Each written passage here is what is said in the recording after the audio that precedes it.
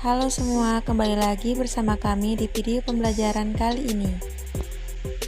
Adapun anggotanya yaitu Widya Koida, Sinta Lestari, Dadang Subaidi, Habib Sahidan, Muhammad Fahru Rosi, Bayu Ibrahim, Yuliana Tisha Kantari, dan Cynthia Habibatul Fitriah. Pada pembahasan kali ini kita akan membahas tentang basis data, tipe-tipe basis data, jenis-jenis basis data, manfaat basis data bagi pendidikan, serta keuntungan dan kerugian basis data. Sebelum itu, apakah kalian mengetahui apa itu basis data? Basis data terdiri dari dua kata, yaitu basis dan data. Basis yang berarti markas atau gudang, sedangkan data adalah catatan atas kumpulan fakta dunia nyata yang mewakili objek seperti manusia, barang, hewan, konsep, peristiwa, dan lain-lain. Basis data diwujudkan dalam bentuk huruf, angka, simbol, gambar, teks, bunyi, dan kombinasinya. Selanjutnya, tipe-tipe basis data. Yang pertama, operational database. Tipe database ini memungkinkan pengguna untuk memodifikasikan data seperti menambah, mengubah, dan menghapus data secara real-time. Kedua, analytical database, yaitu database yang dapat menyimpan dan mengelola big data, pasar, dan data pelanggan untuk menganalisis business intelligence. Ketiga, data warehouse bisa menjadi sumber utama dalam mencari informasi yang telah diperiksa, diubah, dan terintegrasi. Keempat, distributed database. Database ini bisa mencakup segmen operasional dan user database, dan data yang dihasilkannya digunakan oleh pengguna situs itu sendiri. Kelima, end user database. Contoh model dari end user database adalah word processing, spreadsheet, hingga download file. Keenam, real-time database biasa digunakan oleh lembaga akuntansi, hukum, multimedia, analisis data ilmiah, serta catatan medis. Yang ketujuh, relational database, yaitu tipe database yang paling populer dan sering digunakan. Yang kedelapan, external database, yaitu basis data yang menyediakan akses untuk pihak eksternal, seperti sebuah layanan komersial yang meminta feedback berupa biaya untuk mengakses sebuah produk jasa. Yang kesembilan, navigational database. Melalui basis data navigasi, pengguna bisa menemukan informasi yang dituju dengan memberikan sebuah kata kunci yang sesuai. 10. Hypermedia database. Basis data tipe ini memungkinkan berbagai laman multimedia yang saling berhubungan dan bisa diakses dengan fitur hyperlink.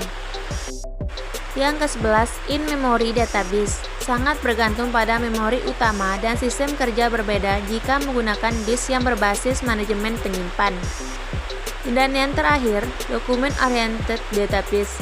Basis data berorientasi pada dokumen merupakan bahasa komputer yang dibuat untuk dokumen dan menyimpan setiap catatan sebagai dokumen yang memiliki keunikan khusus.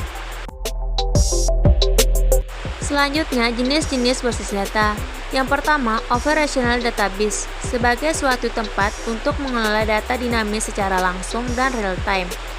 Yang kedua, database warehouse, merupakan sistem basis data yang biasa dipakai untuk melakukan pelaporan dan analisis. Yang ketiga, distributed database, yaitu perangkat penyimpanannya yang tidak terpasang pada sebuah perangkat komputer maupun sejenisnya. 4. Relational database, yaitu basis data yang mengorganisir berdasarkan pada model hubungan data. Yang kelima, end user database. Salah satunya SQLite, yaitu sistem manajemen basis data yang terdapat pada library pemrograman C. Berikut manfaat basis data dalam dunia pendidikan. Penerapan database dalam sistem informasi disebut dengan database system sehingga dapat mempermudah basis data dalam dunia pendidikan. Yang pertama, dalam dunia pendidikan, manfaat basis data atau database merupakan bagian yang sangat penting. Contohnya penggunaan dalam dunia pendidikan, yaitu dalam aspek perpustakaan. Perlu adanya sistem database agar mempermudah mencari suatu dokumen, buku, referensi, dan lain sebagainya. Kedua, aspek administrasi. Perlu adanya sistem database guna untuk mempermudah memasukkan data. Selanjutnya, nilai guna atau manfaat untuk perkembangan dunia persekolahan dalam menata sistem informasi. Manfaat sistem informasi manajemen bagi sekolah antara lain mempermudah proses penjadwalan, memperkenalkan dunia IT sejak dini kepada siswa, mempermudah proses penyusunan laporan yang diminta oleh pihak dinas pendidikan, pengelolaan kepegawaian akan semakin mudah dan cepat. Dan yang terakhir, strategi penerapan pengembangan sistem informasi di sekolah antara lain adanya pegawai yang bertugas mengolah informasi, mempromosikan bahwa sekolah yang sudah bertaraf teknologi akan lebih menguntungkan siswanya dibandingkan sekolah, menyediakan layanan kepada pengguna informasi, mendata kembali apa saja yang sekiranya masih harus dilakukan perbaikan.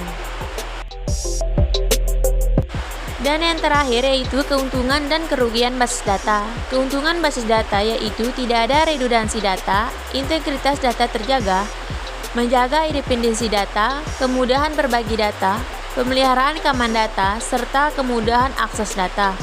Kerugian basis data yaitu kerugian dalam computerized database. Yang pertama, dapat crash atau mati sehingga tidak bisa menyimpan pekerjaan terakhir kalian. Yang kedua, virus bisa melumpuhkan seluruh database atau mengubah hal-hal lainnya. Berikut kerugian dalam manual database. Yang pertama, memakan banyak waktu untuk menuliskan semua informasi. Dan yang kedua, data yang sama dapat ditulis berulang karena pekerja kesulitan untuk melacak dokumen dan informasi. Selain dari kerugian di atas, terdapat beberapa kerugian lainnya dari database. Contohnya seperti kompleksitas database, biaya hardware dan software yang substansial. Kerusakan database mempengaruhi hampir semua program aplikasi. Biaya konversi yang luas serta pelatihan awal diperlukan.